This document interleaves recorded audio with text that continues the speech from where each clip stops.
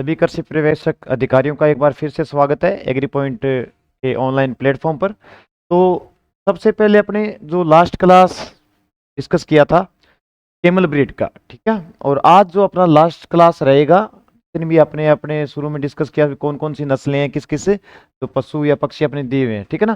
तो अब जो अपने लास्ट जो नस्लें बचती है वो बचती है पोल्ट्री की, यानी मुर्गियों की। पोल्ट्री मुर्गियां अपने जो घर पे भी पालते हैं और जंगलों में भी अपने को मिलती है। तो इसका क्लासिफिकेशन क्या है, कैसे क्या क्या पाई जाती है, ठीक है ना। देखो सबसे पहले बात करते हैं कि पोल्ट्री जो शब्द है इसमें किस किस को काउंट किया जाएगा, ये गिना जाएगा, ठीक है ना। तो ध्यान रखना पोल्ट्री शब्द हमेशा ही ऐसा नहीं है भी ओनली फॉर मुर्गी के लिए गिना जाएगा, ठीक है ना, या माना जाएगा, ऐसा नहीं होगा। जितने भी अपने छोटे अंडे देने वाले पक्षी या फिर मांस उत्पादन के लिए जिनको पालते हैं ना, वो सभी इसमें काउंट किए जाते हैं। जैसे मान लो मुर्गी पालन में या जो पोल्ट्री है, पोल्ट्री में मुख्यतः अंडा व मांस उत्पादन हेतु पाले जाने वाले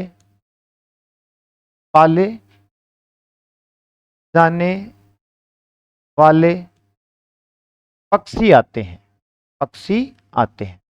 तो हमेशा ही ध्यान रखना, ऐसा नहीं है भी कहीं आपसे पूछे पोल्ट्री में किसका अध्ययन किया जाता है, ठीक है ना। तो पोल्ट्री में इन मतलब जितने भी आप अंडा और मांस के लिए पाल रहे हो सभी का अध्ययन किया जाता है। जैसे एग्जांपल बताता हूं मैं आपको, जैसे आपने सुना होगा बटेर क्वाइल जिसको कहते हैं बटेर, एक आता कल हंस, या फिर अपने कह सकते हैं मुर्गी, बतख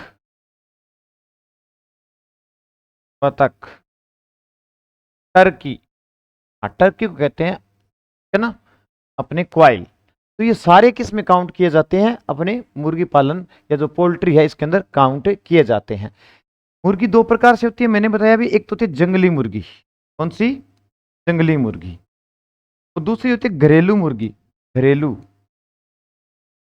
दोनों का क्या नाम है, जूलॉजिकल अलग अलग नेम रहता है। देखो जंगली है इसका नाम होता है गेलस,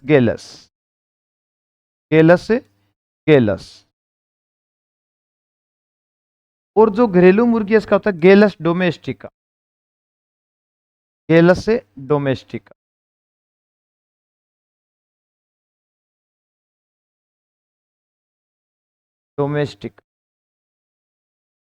ठीक है। अब अपने बात करते हैं कि इनका कुल या परिवार कौन सा है। कुल या परिवार की बात करें तो अपने सबसे पहले चार एनिमल बोविडी वाले पढ़े थे, एक कैमिलिड का पढ़ा था कैमल, और ये लास्ट है फेसियोनिडी का,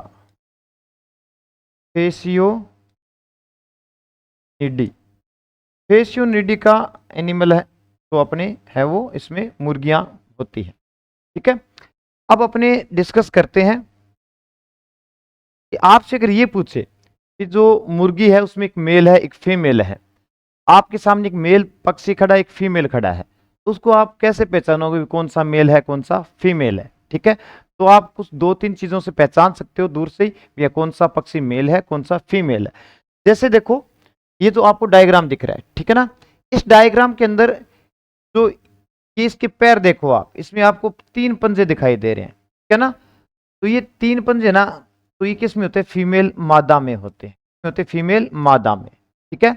और मेल होते हैं ना, मेल के अंदर क्या होते हैं, पांच पंजे पाए जाते हैं। कितने पाए जाते हैं, पांच, ठीक है ना।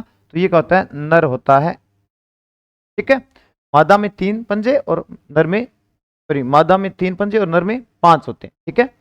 अब देखना दूसरा ये भी अंतर बता सकते हैं कि ये एक गले के नीचे चमड़ी पाई जाती है, ठीक है ना, इसको कहते हैं वोटल्स। क्या कहते हैं, देखो वोटल्स लिखा हुआ है, ठीक है ना।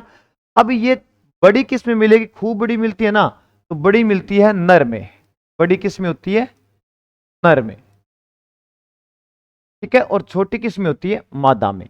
कोम्ब जो है, जो आप जिसको कलंगी कहते हो, ये दोनों में ही मिलता है, नर में भी होता है मादा में भी होता है, लेकिन अपने झुका हुआ होता है वो तो मादा में होता है, और बिल्कुल अपने कह सकते मुकुट की तरह, इस प्रकार मुकुट की तरह ये जो है ये नर में पाया जाता है। ठीक है, तो इस प्रकार अपने नॉर्मली मेल और फीमेल पहचान सकते हैं। हालांकि ऐसे क्वेश्चन नहीं आते, लेकिन बेसिकली अपने इस फील्ड से हैं तो अपने को मतलब नॉलेज होना चाहिए इन बातों का।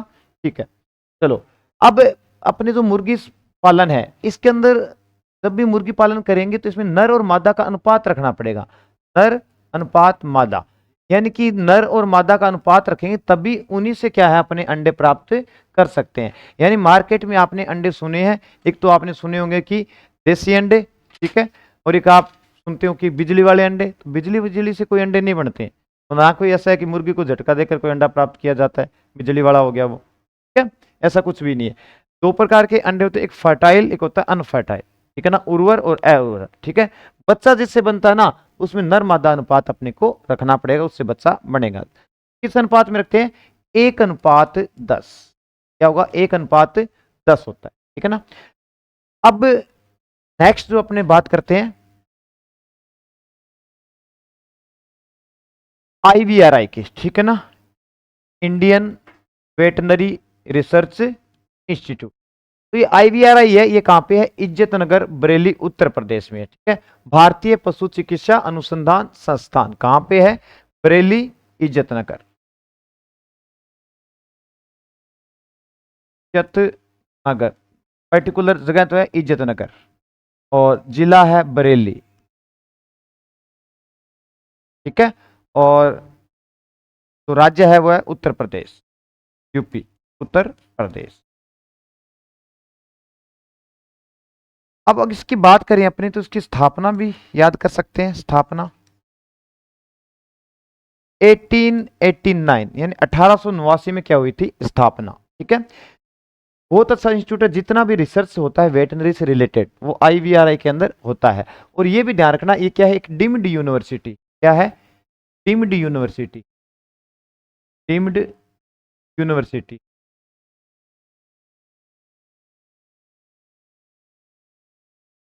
ठीक है, भारत में 4 डीम्ड यूनिवर्सिटी है, जिसमें एक तो है आपकी IARI, ठीक है, एक है आपकी IVRI, ठीक है, इसके बाद में NDRI, और एक है जो सेंट्रल फिशरीज रिसर्च फिशरीज जो मछली अनुसंधान संस्थान मुंबई के अंदर है। ठीक है ना, तो ये 4 अपने डीम्ड यूनिवर्सिटी, पहले 5 हुआ करती थी, है ना। इलाहाबाद एग्रीकल्चर यूनिवर्सिटी को फिर हटा दिया गया है। ठीक है, चलो देखो आगे।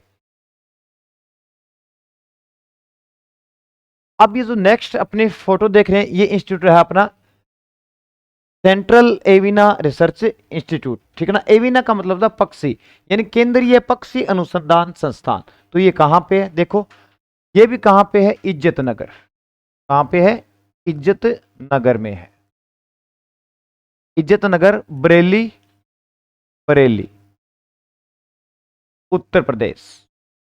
ठीक है, इसकी भी स्थापना की बात करें, स्थापना तो इसकी स्थापना हुई थी 1979। 1979 इससे रिलेटेड या ऐसी एक स्थापना मैंने और भी बताई थी, अगर आपको कहीं याद हो तो, एनिमल हस्बेंड्री में जब मैंने कोर्स बताया था उसमें ऐसी स्थापना एक और आई थी। किस जगह आई थी? माइंड अगर आपका काम कर रहा हो कि किस जगह लिखवाया था। क्यों? क्योंकि जो स्थापना आप जितने जो भी इंस्टीट्यूट की पढ़ते हो इकट्ठी आती है, उनको माइंड में रखो भैया इस साल ये इकट्ठी चीजें थी। ठीक है ना, तो हाँ मैंने लिखवाया था ना, कौन सा institute? Central institute research on got, केंद्रीय बकरी अनुसंधान संस्थान, उसकी भी कब थी? 1979। और एक मैंने और लिखा है CIRC यानी central institute research on kettle, उसकी भी कब थी? यही थी, CIRC की। ठीक है ना, नोट करना, आप देखना कभी। ठीक है, चलो अब नेक्स्ट जो स्लाइड है देखो, ये आप जो फोटो प्रोसेस देख रहे हो, ठीक है ना, इस प्रोसेस को क्या कहते हैं? कि ये होता है बधियाकरण करना। मतलब जो नर मुर्गे हैं, आखिर बधियाकरण करने की आवश्यकता क्यों होती है इनमें? ऐसा क्या रीजन है? हाँ, अगर अपने बात करें बधियाकरण करने का क्या रीजन है, तो उनका वजन बढ़ाने के लिए। ठीक है ना, यानी अपने जो मांस के लिए पालते हैं, किसके लिए? मांस के लिए अपने पालते हैं, तो उनको वजन बढ़ाने के लिए क्या कर देते हैं? उसमें बधियाकरण कर देते हैं। ठीक है, तो मुर्गियों में बधियाकरण करने की प्रोसेस क्या होती है? उसको कहते हैं अपने केपोनाइजेशन। केपोनाइजेशन, ये इंग्लिश का वर्ड है, हिंदी में कहते हैं इसको खस्सीकरण। क्या कहते हैं? खस्सीकरण। खस्सीकरण, ठीक है। देखो क्या होता है खस्सीकरण। नर मुर्गों को बध्यकृत करना, नर मुर्गों को बध्यकृत करना।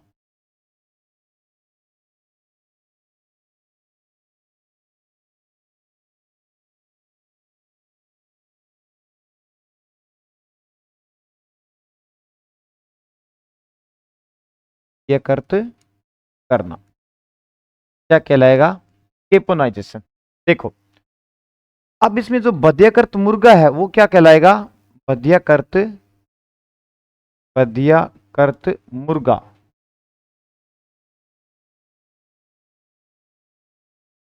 इसको कहते हैं केपन। क्या कहते हैं? केपन, ठीक है ना। अब ये जो व्यक्ति है, ये जो साइंटिस्ट है, ये क्या कर रहा है कि यहां पे इसके एक कट लगा रहा है, चीरा लगा रहा है। देखो क्या लगा रहा है? जो चीरा लगा रहा है, ठीक है ना। इसके दो तरीके हैं, खस्सीकरण करने के दो तरीके हैं। एक तरीका तो ये भी सर्जिकल रूप से टेस्टिकल्स वर्सन है उनको निकाल लो, ठीक है, वर्सन जो है। या फिर एक अपने हार्मोन काम में लेते हैं, ठीक है ना। उस हार्मोन का नाम क्या है वो भी डिस्कस करेंगे। तो ये साइंटिस्ट वैज्ञानिक का क्या कर रहा है कि यहाँ पे चीरा लगाकर यहाँ पे एक छोटी सी टेबलेट यानी जो गोली होती है वो रखेगा, ठीक है ना, इसके गले के पास में, ठीक है। तो किसकी होती है? तो वो होता है एक रसायन होता है। कौन सा रसायन? रसायन का नाम है डाई इथाइल, डाई इथाइल ट्रिलवेस्ट्रॉल, ट्रिलवेस्ट्रॉल, वेस्ट्रॉल, ठीक है। तो ये क्या कहते हैं कि जैसे ये हार्मोन अपने रखते हैं तो इसमें क्या है कि बध्यकरण हो जाता है या खस्सीकरण हो जाता है। उसके बाद में इसमें सीमन वीर्य उनका निर्माण नहीं होता है और वजन जल्दी से बढ़ता है, ठीक है। अब यही बात करें भी अपने, नेक्स्ट देखो आप, एक देखा है अभी दो पक्षी है, एक को घायल कर रखा है, ठीक है ना। तो ये क्या कि आपस में एक दूसरे को चोंच मारते हैं, ठीक है, चोंच मारकर घायल कर देते हैं। क्यों? क्योंकि इनमें एक सोडियम क्लोराइड की क्या होती है? कमी होती है। और इस प्रोसेस को क्या कहते हैं? केनाबोलिज्म कहते हैं, ठीक है। तो ये प्रोसेस क्या है? केनाबोलिज्म है, केनाबोलिज्म। देखो चोंच मारकर, चोंच मारकर आपस में, आपस में घायल करना, घायल करना, ठीक है। तो ये क्या कहलाएगा? केनाबोलिज्म कहलाएगा। अब बात करें अपने केनाबोलिज्म जो करते हैं, रीजन क्या है? तो सोडियम NaCl, सोडियम क्लोराइड की कमी के कारण, के कारण चोंच मारते हैं, चोंच मारते हैं। देखो ये ऐसे नहीं है, नॉर्मल चोंच नहीं मारते हैं, यहां तक कि मार भी देते हैं, ठीक है ना। इतनी मतलब इनमें जब सोडियम क्लोराइड की कमी आती है तो इनकी ऐसी सिचुएशन या इतने तेजी से चोंच मारते हैं कि इस प्रकार घायल कर देते हैं, मार भी देते हैं, ठीक है ना। इसलिए क्या करेंगे, इस प्रोसेस को रोकने के लिए अपने समय समय पर बीक यानी चोंच से काटते रहते हैं, ठीक है ना। तो नेक्स्ट स्लाइड देखो, ये देखो अब चोंच मारकर घायल करते हैं तो क्या करना, अपने को चोंच काटना है, ठीक है। अब ये जो प्रोसीजर है चोंच काटने की, इसको क्या कहते हैं? डी बिकिंग कहते हैं। क्या कहते हैं? डी बिकिंग। डी मतलब हटाना, बीक मतलब चोंच, यानी चोंच को काटना या हटाना। जैसे मैं बात करूं तो मुर्गियों में चोंच काटना, चोंच काटना क्या कहलाता है? डी बिकिंग कहलाता है, ठीक है। अब अगर बात करें अपने कि चोंच तो काटेंगे लेकिन किसी पर्टिकुलर कितने भाग में काटना है वो भी ध्यान रखना है। तो मोस्ट इंपोर्टेंट है ध्यान रखना, ऊपरी चोंच और नीचे की चोंच, नीचे की चोंच। ऊपरी जो चोंच है ये काटेंगे 1/4 भाग, 1/4 भाग। नीचे की चोंच है ये एक काटेंगे 8/8 भाग, ठीक है। ऊपरी चोंच 1/4 भाग, नीचे की चोंच 1/8 भाग काटते हैं। अब देखो इसमें आपको एक यंत्र दिखाई दे रहा है, ठीक है ना। ये जो यंत्र होता है इसको क्या कहते हैं, इलेक्ट्रॉनिक डीबिकर या विद्युत डीबिकर। ये जो यंत्र है, यंत्र का नाम क्या है, विद्युत डीबिकर, डीबिकर, ठीक है। देखो इसमें क्या होता है कि यहाँ पे एक ब्लेड लगी हुई है, ये क्या है, एक तेज धार वाली नीचे ब्लेड है ये, ठीक है ना, इस जगह। अब ये ब्लेड क्या है कि इसके अंदर एक हीटर लगा होता है, ठीक है। लाइट से ऑन करते हैं और यहां से इसको टेम्परेचर को क्या है ज्यादा कर देते हैं, ठीक है। तो वो हीटर क्या करता है कि इस ब्लेड को बिल्कुल गर्म कर देता है, और ब्लेड है उस पर क्या है कि नीचे की तरफ तेज धार लगी हुई है, ठीक है। तो ऊपरी चोंच के निशान बने होते हैं, ठीक है ना, 1/4 भाग पे आगे निशान बना हुआ है। तो ऊपरी चोंच खोलेंगे और इसको पंच कर देंगे, दबा देंगे, यहाँ पे साइड में बटन उसको दबाएंगे तो वो चोंच अलग हो जाती है। ऐसे ही नीचे वाली चोंच है उसको भी बीच में रखकर 1/8 भाग पे रखकर क्या कर देते हैं, दबा देते हैं बटन को, तो ये कट जाती है चोंच, ठीक है। तो ये सारी प्रोसीजर जो है इसको कहते हैं अपने डी बिकिंग, ठीक है। ये इंक्यूबेटर है, इंक्यूबेटर में क्या होता है कि अंडे सेने का काम अपने करते हैं, यानी हीट देने का काम करते हैं। आखिर क्यों आवश्यकता पड़ी इसकी, चलो कुछ बेसिक चीजें अपने इससे पहले पढ़ते हैं। एक शब्द आएगा अपने हैचिंग,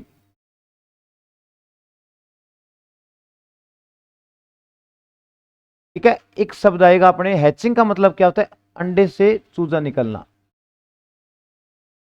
अंडे से चूजा निकलना।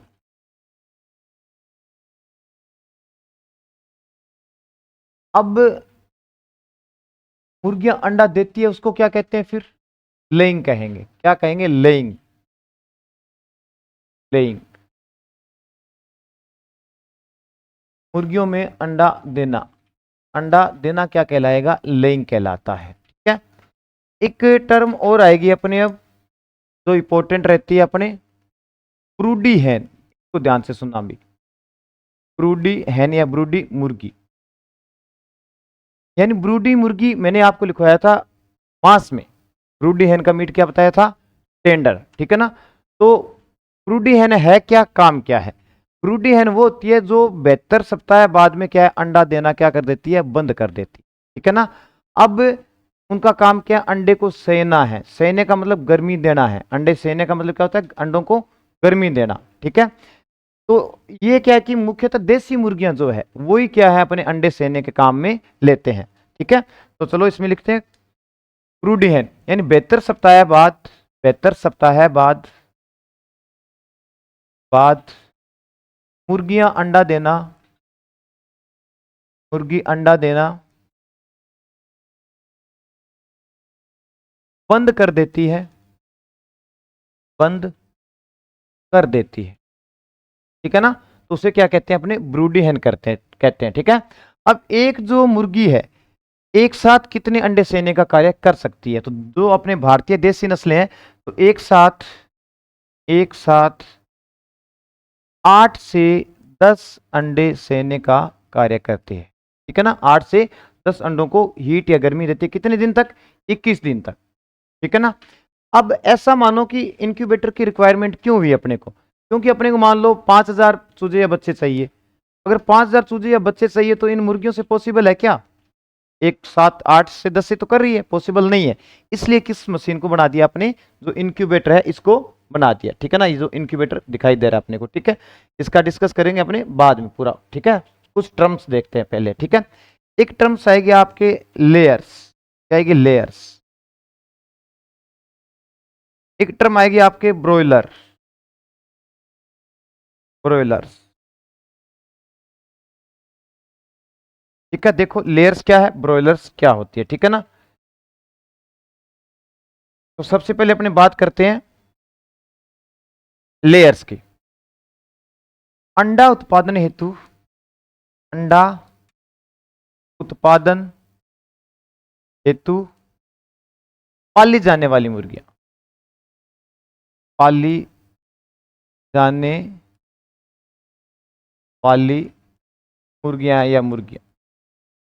ठीक है, ध्यान रखना अंडा उत्पादन मुख्यतः मुर्गियों में ना 5 से 6 माह बाद में शुरू हो जाता है। सबसे जो अर्ली अंडा उत्पादन शुरू होता है वो व्हाइट लेग हॉर्न में होता है, ठीक है ना। लेकिन एवरेज अगर बात करें तो जो आयु रहती है, आयु वो 20 सप्ताह है बाद, 20 सप्ताह है, यानी मुर्गियां 20 सप्ताह बाद अंडा देना शुरू कर देती है। तो वो क्या कहलाती है, अपनी सारी लेयर्स कहलाती है। दूसरी टर्म है ब्रॉयलर्स। ब्रॉयलर्स किसे कहते हैं कि जो अपने मांस उत्पादन हेतु, मांस उत्पादन हेतु पाली जाने वाली मुर्गी।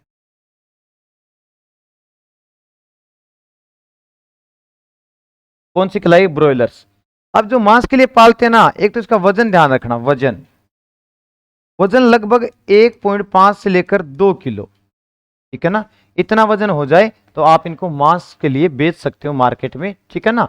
और अगर इसमें बात करें एज या आयु की, तो एवरेज जो आयु है वो 6 सप्ताह है, 6 सप्ताह है। हालांकि अब तो इतना अच्छा ब्रीडिंग इंप्रूवमेंट साइंटिस्टों वैज्ञानिकों द्वारा कर दिया गया है कि 38-40 महीने, 38-40 दिन पे, ठीक है ना, इनको मांस के लिए बेच सकते हैं, ठीक है। क्यों, ऐसा क्यों, वो जो मैंने बकरी या गोट में डिस्कस किया था कि अगर अपने इसको लंबे समय पर रखते हैं, मान लो कि आपने इनको महीने या 1.5 महीने या इस वजन पे नहीं बेचा आपने, ठीक है, तो आपने मान लो इसको 6 महीने बाद में बेचा, ठीक है, तो ऐसा थोड़ी है अभी इसका वजन 2 किलो था, 6 महीने बाद में 50 किलो की मुर्गी हो जाएगी, ऐसा कुछ नहीं है। लेकिन फीड कंटेंट ज्यादा देना पड़ेगा, और आपको पता है सबसे ज्यादा जो कॉस्ट आती है पोल्ट्री में, वो पे आती है, फीड पे आती है, चारे पे या आहार पे आती है, ठीक है ना। तो ये चीज ध्यान में रखना। लगभग कुल आहार पर, आहार पर 70% खर्च होता है, खर्च होता है। क्यों, क्योंकि मुर्गियों को प्रोटीन युक्त आहार की आवश्यकता होती है, ठीक है ना। तो कम से कम प्रोटीन कितनी होनी चाहिए आहार में, आहार में कम से कम, कम से कम 10 से 20% प्रोटीन होनी चाहिए या होती है, होनी चाहिए, ठीक है ना।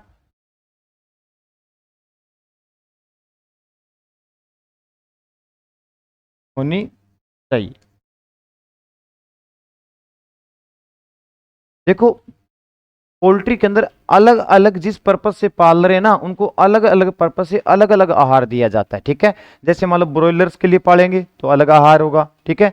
लेयर्स के लिए यानी अंडा उत्पादन के लिए पालोगे तो अलग प्रोटीन वाला आहार चाहिएगा, उनके बच्चों को अलग चाहिएगा, और जो वृद्धि करते हैं, ग्रोथ करते हैं, उनको अलग आहार चाहिएगा। तो टोटल जो अपने को इनकम मिलती है उसका 70% तो किस पे खर्च हो जाता है, आहार पे हो जाता है, ठीक है। अब विटामिन ए की पूर्ति के लिए, ठीक, विटामिन ए की पूर्ति हेतु क्या देते हैं, विटामिन ए की हेतु मुर्गियों को, मुर्गी को हरा चारा दिया जाता है, तो हरा चारा देते हैं, ठीक है। अब जो हरा चारा देते हैं ना, एवरेज अगर बात करूं मैं तो 100 पक्षी के लिए, 100 पक्षी के लिए या पक्षियों के लिए, पक्षियों के लिए 4 kg हरा चारे की क्या होती है, रिक्वायरमेंट होती है। और सबसे बढ़िया या सबसे अच्छा चारा कौन सा है मुर्गियों का, या सर्वोत्तम जो फीड है, सर्वोत्तम जो चारा या फीड जो है वो होता है मेज मक्का। क्या होता है मुर्गियों का, मेज या मक्के का जो आहार है वो मुख्य रूप से माना जाता है ना। एक टर्म और आएगी डबिंग, आएगी डबिंग। डबिंग किसे कहते हैं, मुर्गियों में कोम्ब या कलंगी होती है ना, वो काटना डबिंग कहलाता है। मुर्गियों में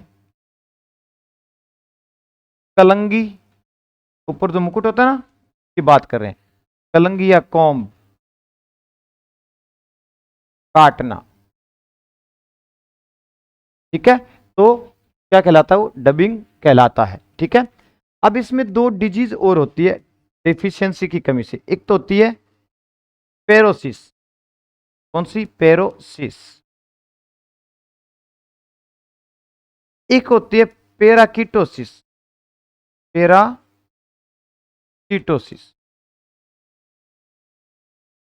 एक डिजीज होती है ल्यूकोसिस।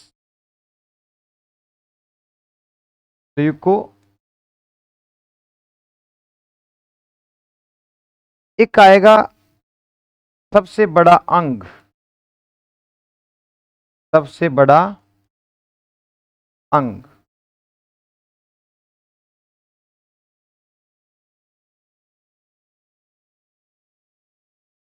और एक पूछेगा सबसे बड़ी मांस ग्रंथि। सबसे बड़ी मांस ग्रंथि।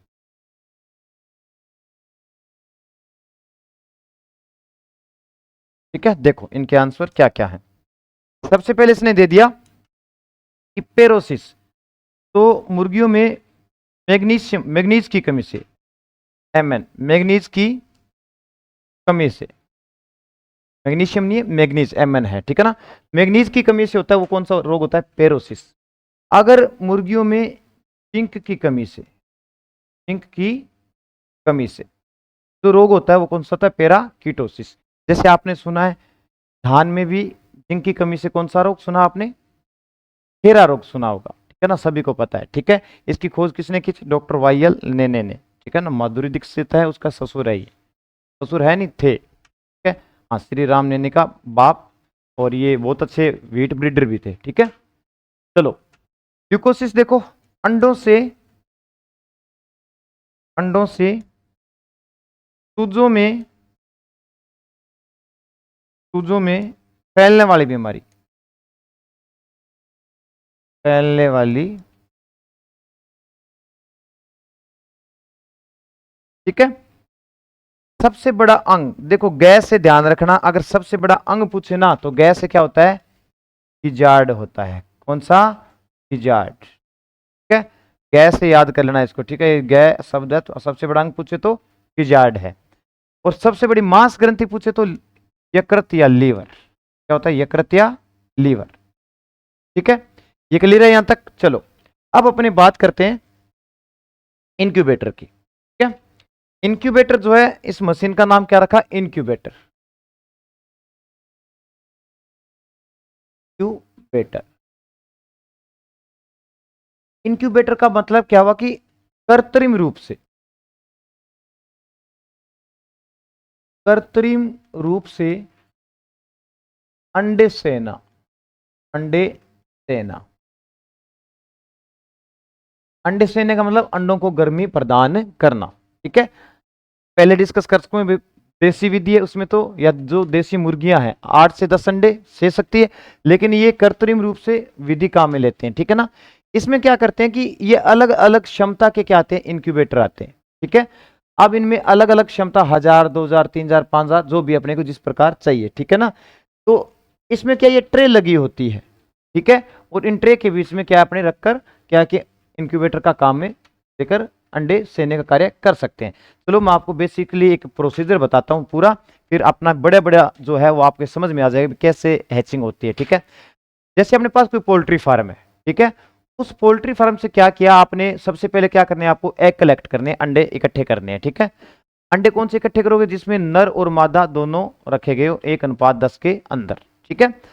अब तो आपने अंडे इकट्ठे कर लिए, अब सबसे पहले आप उसको लेके जाते हो जो हैचरी यूनिट होती है, ठीक है ना। एक पूरी यूनिट बनाई जाती है इसकी, हैचरी यूनिट, ठीक है ना। उसका जो फर्स्ट रूम होता है उसको कहते हैं फ्यूमिगेट रूम, ठीक है ना। फ्यूमिगेट रूम का मतलब ये होता है कि जैसे वो अंडे उसमें रखेंगे, रखने के बाद में उसमें अपने क्या कि धुआं करेंगे, ठीक है ना। धुआं किया जाता है, फॉर्मेलिन और जो पोटेशियम पर मैग्नेट है उन दोनों दवाई को मिलाते हैं तो उसमें धुआं उठता है।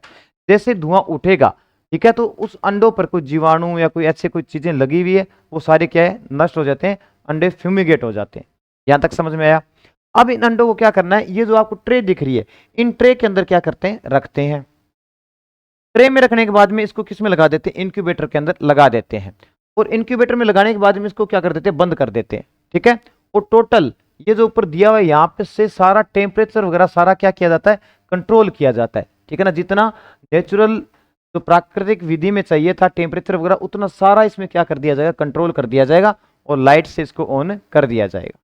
ठीक है, अब देखो सबसे पहले अगर अपने बात करें तो तापक्रम की बात करते हैं, ठीक है ना। टेम्परेचर या तापक्रम, तापक्रम तो वैसे एवरेज तो 101 से लेकर 103 डिग्री फ़ारेनहाइट है, ध्यान रखना, सेंटीग्रेड मत कर देना नहीं तो आमलेट बन जाएगी इनकी, है ना। अब देखो इसमें कितना टाइम लगेगा, वही 21 दिन, फर्स्ट वीक यानी सप्ताह है, सेकंड वीक यानी सप्ताह है, और थर्ड सप्ताह है। ठीक है, तो जो टेम्परेचर रखते हैं वो कितना कितना रखते हैं, 101 डिग्री फ़ारेनहाइट, 102 डिग्री फ़ारेनहाइट और 103 डिग्री फ़ारेनहाइट। ये टेम्परेचर अलग अलग रखा जाता है। लेकिन औसत तापक्रम की बात करें ना, एवरेज टेम्परेचर अगर पूछे तो इंक्यूबेटर का औसत तापक्रम होता है 98 डिग्री फ़ारेनहाइट। औसत तापक्रम, औसत तापक्रम कितना, 98 डिग्री फ़ारेनहाइट। अब इसमें नमी की भी आवश्यकता होती होगी, तो देखो नमी कितनी रखनी है। अब बच्चे का निर्माण हो रहा है, एम्ब्रियो भ्रूण बन रहा है, तो उसको ऑक्सीजन भी चाहिएगी। तो ऑक्सीजन अपने को कितनी चाहिएगी, देखो ऑक्सीजन या O2 जो अपने हैं, O2। इसके अलावा इसमें CO2 भी प्रेजेंट रहेगी। ठीक है, जो नमी है वो अपने को चाहिएगी 60 से 65%, क्या चाहिएगी, नमी चाहिएगी। ऑक्सीजन है वो 21% क्या चाहिएगा, ऑक्सीजन चाहिएगा। अब CO2 की जो बात कर रहे हैं, CO2 0.5%, ये क्या पाई जाती है इसमें, CO2। ये सारा जो टेम्परेचर है वो अपने कंट्रोल कर दिया, अंडों को ट्रे में रख दिया। और ट्रे में भी ध्यान रखना कि इसमें आजकल तो राउटर आता है जिससे धीरे धीरे क्या ट्रे ऐसे ऐसे घूमती रहती है। अगर राउटर वाला इंक्यूबेटर नहीं है तो इसको क्या है, दिन में 2-3 बार क्या इंक्यूबेटर को खोलकर इन अंडों को क्या है अलग अलग जगह इनको ट्रांसफर करते हैं। ट्रांसफर मतलब जगह चेंज करनी पड़ती है अपने को। ठीक है, लेकिन आजकल तो ऑटोमेटिक इंक्यूबेटर आते हैं। ठीक है, अब कंट्रोल कर दिया, कंट्रोल करने के बाद में क्या है कि आपने सारा टेम्परेचर वगैरह मेंटेन करके लाइट से ऑन कर दिया। अब अपने को एक ही काम करना है, अंडे की जांच करनी है। ठीक है ना, तो अंडे की जांच करने के लिए क्या करते हैं, एक इंस्ट्रूमेंट यूज में लेते हैं। उस इंस्ट्रूमेंट का नाम क्या है वो देखते हैं अपने। देखो ये है अंडे की जांच करने का इंस्ट्रूमेंट, इसको कहते हैं केंडलर। यंत्र का नाम क्या है, केंडलर है। यंत्र क्या है, केंडलर।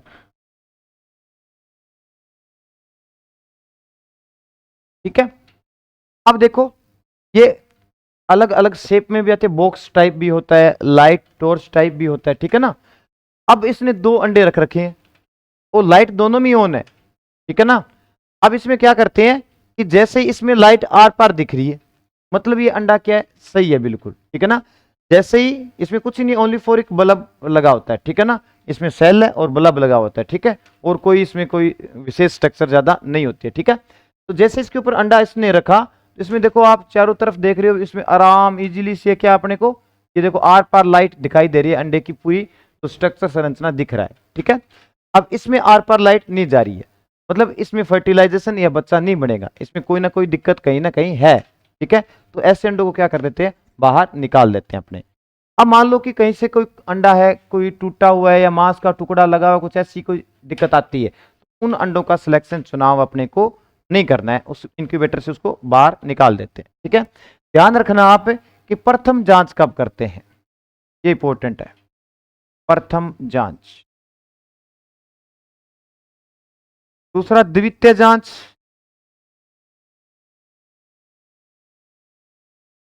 पहली जांच जो करेंगे वो करेंगे अपने 5 से 7 दिन पे, मोस्ट इंपोर्टेंट क्वेश्चन है अभी, 5 से 7 दिन पे।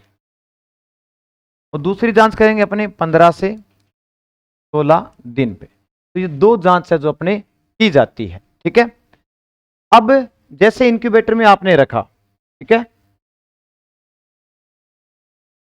इंक्यूबेटर में आपने इनको रख दिया, जांच भी कर ली। ठीक है, मैंने क्या कहा कि पहले सप्ताह तापक्रम इतना होता है, दूसरे सप्ताह इतना, तीसरे सप्ताह इतना। ठीक है, लेकिन 19वें दिन, ठीक है ना, दोबारा जांच 15 से 16 दिन पे की।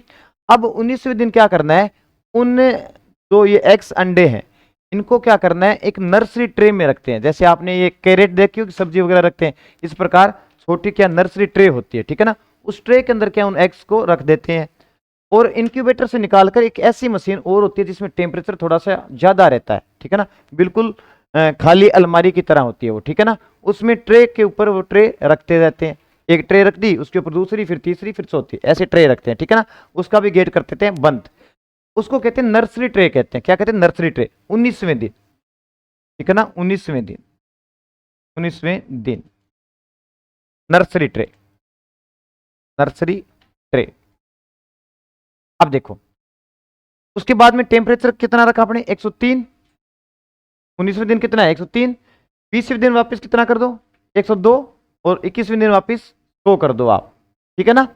अब क्या होता है कि 21वें दिन क्या है, उसमें से धीरे धीरे वो अलग अलग टाइम पे, अलग अलग समय पे उन से निकलना या बच्चे निकलना शुरू हो जाते हैं, ठीक है ना।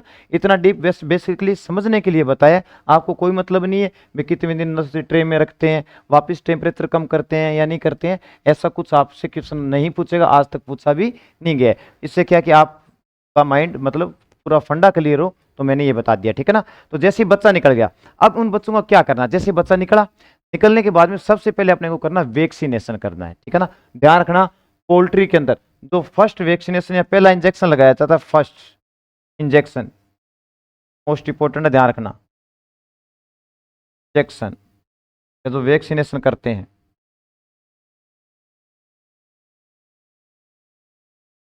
वो करते हैं मेरेक्स डिजीज का, किसका, मेरेक्स डिजीज का, ठीक है ना। पहला रानीखेत का नहीं करेंगे कभी भी। इसमें क्या करते हैं, गर्दन के पास क्या है अपने मतलब निडल सुई द्वारा, है ना, इंजेक्शन लगा देते हैं। उसके बाद में 7वें दिन करते हैं रानीखेत का, ठीक है।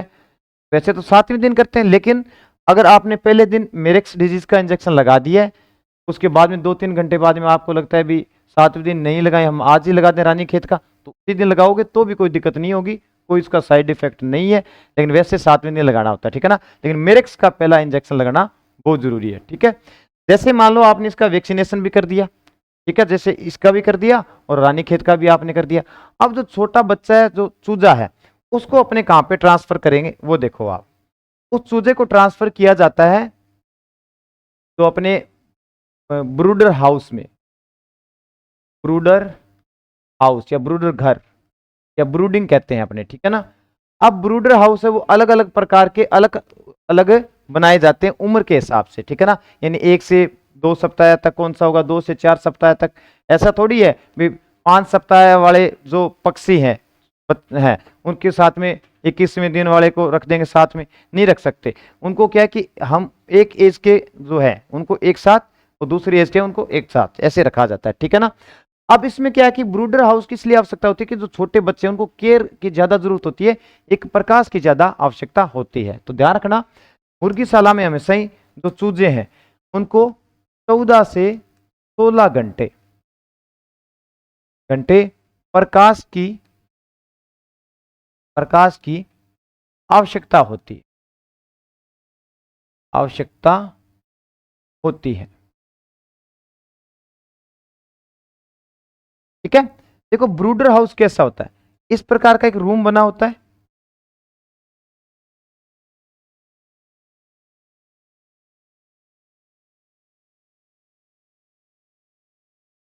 ठीक है। इस रूम में क्या होता है कि मान लो ये गेट है, मेन गेट है यहाँ का, ठीक है ना, इस रूम का। ये बीच की क्या है, गैलरी है, ठीक है, आने जाने का रास्ता है। तो एक तो इस साइड ब्रूडर हाउस होता है, एक इस साइड, दोनों साइड ब्रूडर हाउस होते हैं। यहाँ पे अलग अलग कैटेगरीज के बना देते हैं, ठीक है ना, अलग अलग कैटेगरीज के बना, जैसे मान लो एक ये रहा, एक ये रहा और एक ये रहा, इसी प्रकार ये भी होते हैं।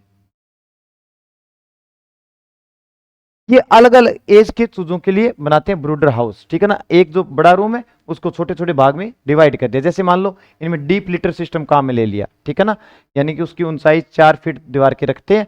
अब देखो इसके बीच में क्या करते हैं कि बीच में का ना इस प्रकार लकड़ी का बना हुआ, आपने कह सकते हैं कि जो आप घर पे बेड देखते हो, ठीक है ना, ज्यादा ऊंचाई नहीं होती, मतलब लगभग 2-1 फीट, ठीक है ना, लकड़ी का बना हुआ बेड 2-1 फीट उसकी ऊंचाई हो, ठीक है ना।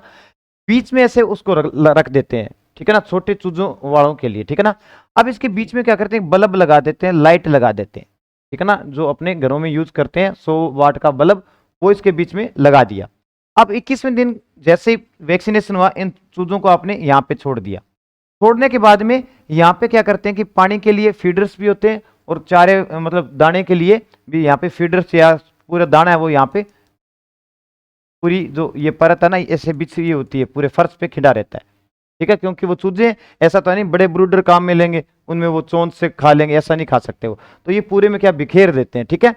अब जिनको प्रकाश की आवश्यकता, लाइट की जरूरत है, वो तो क्या करते हैं कि इसके नीचे जो बेड टाइप स्ट्रक्चर बनी हुई है, इसके नीचे इसके बल्ब के आसपास से इकट्ठे रहते हैं, ठीक है ना, जिनको लाइट की ज्यादा आवश्यकता है, ठीक है। अब जिनको लगा भी यहाँ मेरे को आवश्यकता थोड़ी कम है, तो वो क्या करते हैं, इधर उधर घूमते रहते हैं, इधर उधर घूमते रहते हैं। मान लो कि 2 सप्ताह के हो गए, फिर इनको ट्रांसफर कर दिया जाएगा दूसरे में, 4 सप्ताह वाले में, फिर 6 सप्ताह वाले में, फिर 8 वाले में, ऐसे करके क्या है कि इनको तब तक अपने इस हाउस में रखेंगे जब तक कि अपने को किसी उद्देश्य के पर्पज से पाल रहे हैं। जैसे मान लो मांस के लिए पाल रहे हैं, तो अपने को कितने उम्र तक उनको ब्रूडर हाउस में रखना है, लेयर्स के लिए पाल रहे हैं तो कितने उम्र के लिए अपने को उसको पालना है, ठीक है ना, अलग अलग पर्पज से है, ठीक है। तो ये सारा होता है ब्रूडर हाउस या ब्रूडिंग जो होती है पोल्ट्री में, ठीक है। अब नेक्स्ट डिस्कस करते हैं अपने अंडे की जो जांच स्ट्रक्चर जो है, क्या होती है अंडे की स्ट्रक्चर जांच। देखो अंडे के अंदर 2 प्रकार की संरचना पाई जाती है, ठीक है ना। एक तो पाई जाती है बाहरी संरचना, अंडे की बाहरी संरचना,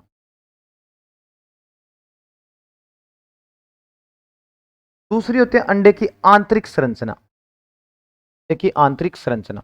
चलो पहले बाहरी संरचना डिस्कस करते हैं। इसमें देखो ये जो बाहरी आपको कवच दिखाई दे रहा है, ठीक है ना, यानी कि ये जो बाहरी कवच है इसकी बात कर रहे हैं अपने, ठीक है। तो ये किस किस का मिलकर बना होता है, ठीक है। एक तो ये बना होता है कैल्शियम कार्बोनेट का, इसका कैल्शियम कार्बोनेट का। तो अगर बात करें कैल्शियम कार्बोनेट कितने परसेंट होता है, कैल्शियम कार्बोनेट CaCO3, CaCO3, तो ये होता है 94 94%, ठीक है ना। तो ये कैल्शियम कार्बोनेट का, यानी अंडे का जो बाहरी कवच है मुख्य रूप से किसका बनाता है, कैल्शियम कार्बोनेट का, ठीक है। दूसरी अगर मैं बात करूं तो वो होता है मैग्नीशियम कार्बोनेट MgCO3, तो ये होता है 1%। तीसरी मैं बात करूं तो कैल्शियम फॉस्फेट, क्या होता है, कैल्शियम फॉस्फेट, कैल्शियम फॉस्फेट है, ये होता है 1%। और लास्ट होता है जैविक पदार्थ, जैविक पदार्थ, तो जैविक पदार्थ है ये कितना होता है, 4%, ठीक है ना। तो ये क्या है, इसकी आउटर स्ट्रक्चर है, बाहरी संरचना है। क्वेश्चन ये आता है कि मुख्यतः किस भाग का बना होता है, कैल्शियम कार्बोनेट का बना होता है, ये आप अच्छे से ध्यान रखना। ये तो बाहरी संरचना। अब बात करते हैं अंडे की जो आंतरिक संरचना है, कौन सी आंतरिक संरचना,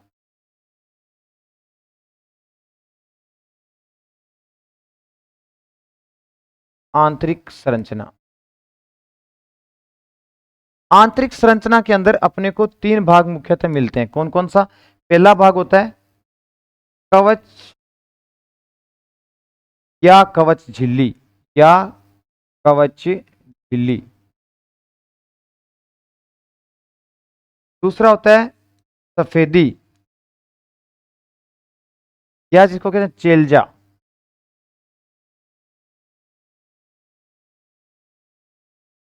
सफेदी या चेल्जा।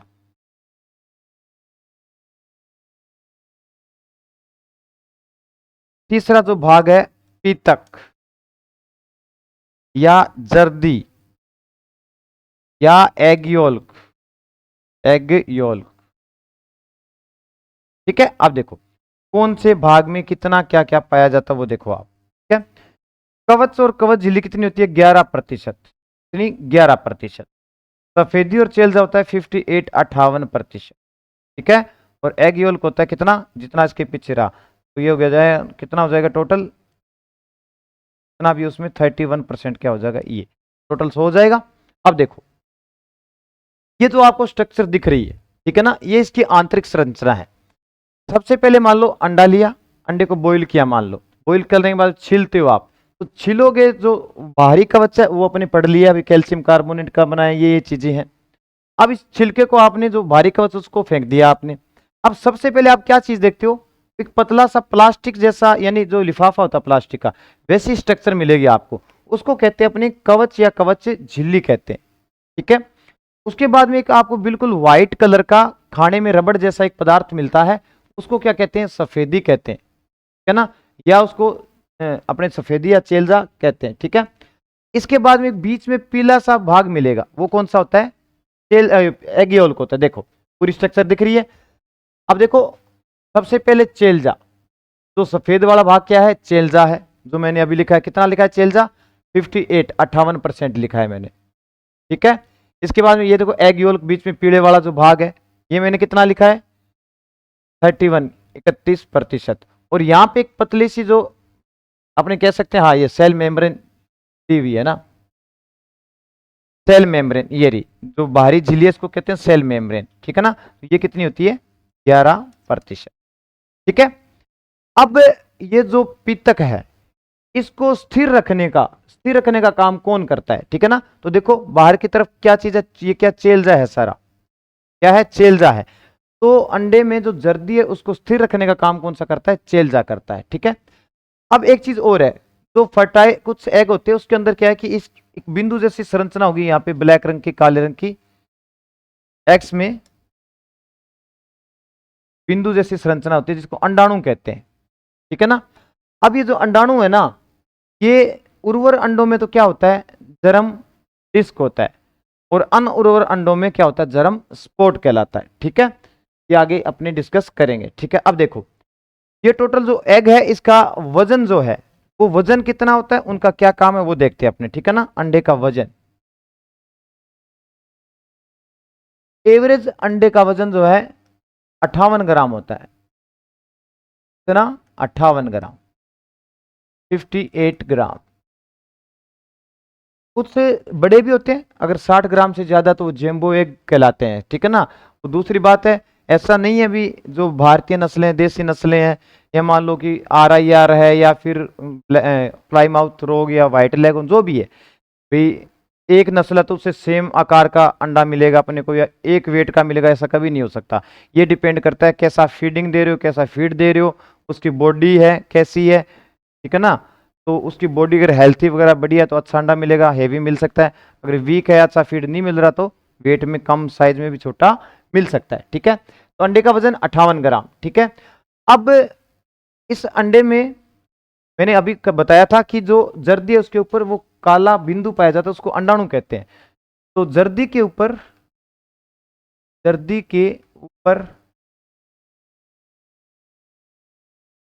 अंडाणु पाया जाता है,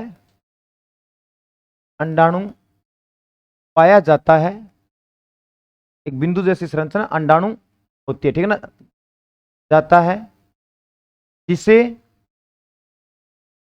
उर्वर अंडों में, उर्वर यानी फर्टाइल अंडों में क्या कहते हैं, जर्म डिस्क कहते हैं, क्या कहते हैं, जर्म डिस्क। उर्वर अंडों में क्या होगा, वो जर्म डिस्क होता है, भी ध्यान रखना, इंपॉर्टेंट है ये, जर्म डिस्क कहते हैं। और अउर्वर या अउर्वर अंडों में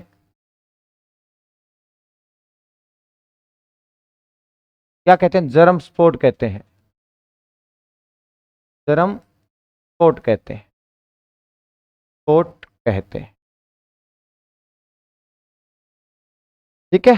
अगर कंफ्यूज हो तो थोड़ा याद कर लेना, अउर्वर यानी जो फर्टाइल नहीं है, ठीक है, यानी कि ऐसे समझ लेना, मतलब सपोर्ट करना, ठीक है ना। जैसे कहते हैं ना अपने, मतलब कुंवारे जो है, शादी नहीं हुई, तो कुंवारे हैं उनको शादी के लिए सपोर्ट करो भाई, कोई रिश्ता विश्ता करवाओ उनका, ठीक है ना, तो उनको सपोर्ट करना। ऐसे थोड़ा सा ध्यान माइंड में रखना, ताकि आपका क्वेश्चन गलत में नहीं हो, कंफ्यूज नहीं हो आप इन दोनों, ठीक है। चलो इसके बाद में तो टोटल अपने वजन कितना हुआ, 58 ग्राम। अब अपने बात करते हैं एनर्जी या ऊर्जा की। तो एक जो अंडा है उसमें ऊर्जा कितनी होती है, ऊर्जा तो एक अंडे में ऊर्जा होती है 80 किलो कैलोरी। कितनी ऊर्जा होती है? 80 किलो कैलोरी। यानी एक चपाती खा लो या एक रोटी खा लो, आपको बराबरी एनर्जी या ऊर्जा मिलेगी। अब इसमें वसा कितनी पाई जाती है, प्रोटीन कितनी पाई जाती है? ध्यान रखना, अंडे में वसा पाई जाती है 11% ठीक है। प्रोटीन मोस्ट इंपॉर्टेंट है, प्रोटीन पूछता भी, प्रोटीन कितनी होती है?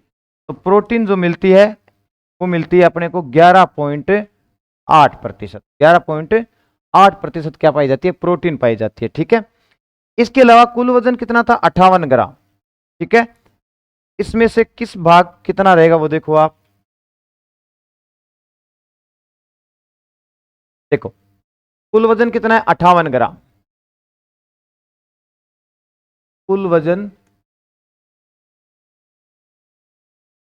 58 ग्राम। अब देखो कुल वजन तो 58 ग्राम है, इस 58 ग्राम का 18 ग्राम क्या होगा? एग योल्क होगा ठीक है, और 34 ग्राम क्या होगा? शेलजा होगा ठीक है ना। यानी कुल वजन 58 ग्राम का 34 ग्राम तो क्या है? ये व्हाइट वाला पदार्थ है, और 18 ग्राम क्या है? ये जो पीले वाला भाग जिसको आप जर्दी कहते हो ठीक है। 18 34 कितने होंगे? 52 ठीक है। तो मान लो 52 ग्राम तो क्या हो गया? ये दो भाग हो गए, पीछे कितना रहा? 6 ग्राम, यानी 58 ग्राम एवरेज वेट होता है। तो ध्यान रखना ये बाहरी कवच है ना, ये फिर कितना हो जाएगा? 8 से 11% हो जाएगा ठीक है ना। समझ में आई बात? तो इसको अपने मैं लिख सकता हूं, कुल वजन का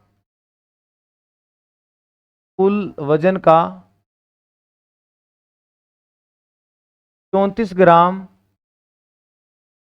संवेदक, 18 ग्राम जर्दी तथा 8 से 11% बाहरी कवच होता है। बाहरी कवच बताओ।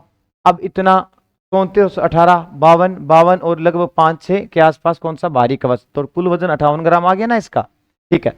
अब इसने एक चीज और लिखा है, एयर सेल, मतलब कि छिद्र।